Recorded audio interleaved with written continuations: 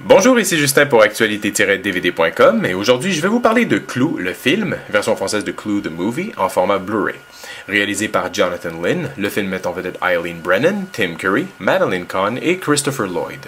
Distribué par Paramount Pictures, le Blu-ray est disponible en magasin depuis le 7 août 2012. 1954 en Angleterre. 6 mystérieux invités sont accueillis et chacun d'entre eux se voit attribuer un pseudonyme pour la soirée. Ils sont tous là. Madame Blanche, une croqueuse d'hommes. Le professeur Violet, radié de l'ordre des médecins. Madame Pervenche, épouse d'un sénateur corrompu. Mademoiselle Rose, prostituée de luxe qui trouble beaucoup le colonel Moutarde. Et le fameux Monsieur Olive. Invité par Monsieur Moore, un hôte mystérieux, il se retrouve dans un bien étrange manoir des collines, en compagnie d'un maître d'hôtel surexcité et d'une pulpeuse soubrette. Bien entendu, un meurtre a été commis et le coupable est parmi eux. Depuis bon nombre d'années, nombreux sont les jeux vidéo qui ont vu le jour au cinéma. La plupart du temps reniés par les critiques et également par les plus fervents amateurs, ceux-ci sont souvent dénoncés pour le manque de fidélité à l'œuvre originale.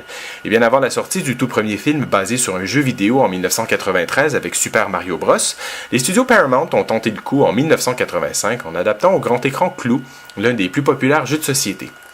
Créé en Grande-Bretagne et mis en vente en 1949, Clou se distingue pour son environnement unique de meurtre et mystère digne des meilleurs romans d'Agatha Christie, dans lequel les joueurs doivent mener l'enquête et découvrir parmi eux le meurtrier d'un crime commis dans l'une des pièces d'un manoir à l'aide d'une arme.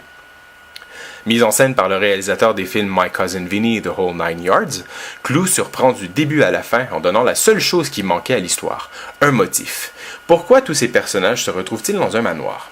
Alors afin de répondre à cette question qui hantait les amateurs du jeu depuis des années, le réalisateur Jonathan Lynn, en collaboration avec le célèbre cinéaste John Landis, à qui l'on doit les films cultes An American Werewolf in London et The Blues Brothers, ont réussi un coup de maître en créant un univers fantaisiste amusant et surtout très bien ficelé.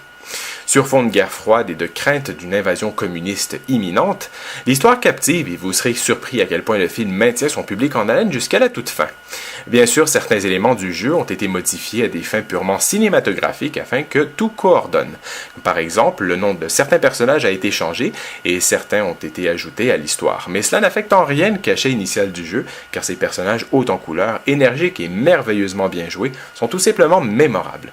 Réalisé avec un style très théâtral, la mise en scène du film, simple mais efficace, favorise les plans d'ensemble pour la plupart immobiles, en montrant plusieurs personnages dans un seul cadre, ce qui permet aux acteurs et aux actrices de démontrer leur grand talent, ainsi que leur énergie de groupe, et aux spectateurs d'observer tous leurs faits et gestes afin de jouer pleinement leur rôle de détective. Et malgré le fait que l'action se déroule dans les mêmes décors tout au long du film, des revirements de scénarios surprenants et des changements constants de dynamique réussissent à maintenir un très bon rythme. Les magnifiques décors à l'allure très bande dessinée accompagnent merveilleusement la touche un peu à l'humour hollywoodien screwball qui s'y est parfaitement à l'ambiance du film. Du côté audiovisuel, l'image surprend par son look dépouillé, vieillot et granuleux, au ton de marron et de gris assaisonné d'un éclairage assombri très stylé. Les palettes de couleurs riches et flamboyantes sont complètement mises de côté afin de prévaloir un style neutre et sombre, un peu comme les personnages du film.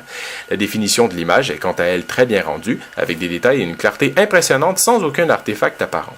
Le son est quant à lui satisfaisant, autant pour la piste anglaise que française. Il ne faut pas s'attendre à avoir un mixage ultra immersif étant donné les pistes mono et la sonorité minimaliste du film, mais les dialogues, le bruitage et la musique sont en général bien rendus.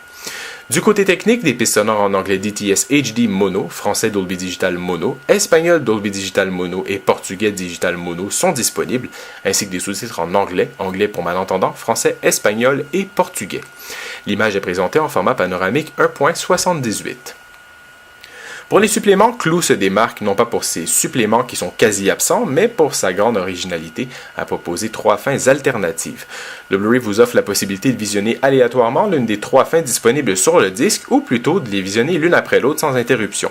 Et malheureusement, aucune piste de commentaire ni de documentaire sur le tournage n'est présent sur le disque, à l'exception d'une bande-annonce en version standard. Sans doute dans le but de rivaliser avec la sortie prochaine de la nouvelle adaptation cinématographique du jeu de société Battleship, prévue en version Blu-ray pour le 28 août prochain, cette édition Blu-ray du film Clou propose un excellent divertissement pour toute la famille. Rempli de comédie et de suspense, Clou ne manque pas de surprendre pour la finesse et l'originalité de son scénario, de ses jeux de mots et bien sûr pour sa lumineuse distribution et ses décors à couper le souffle. Et croyez-moi, vous ne manquerez pas de vous lancer dans une bonne partie de Clou tout de suite après avoir visionné ce bon divertissement. C'était Justin, je vous remercie et bon visionnement!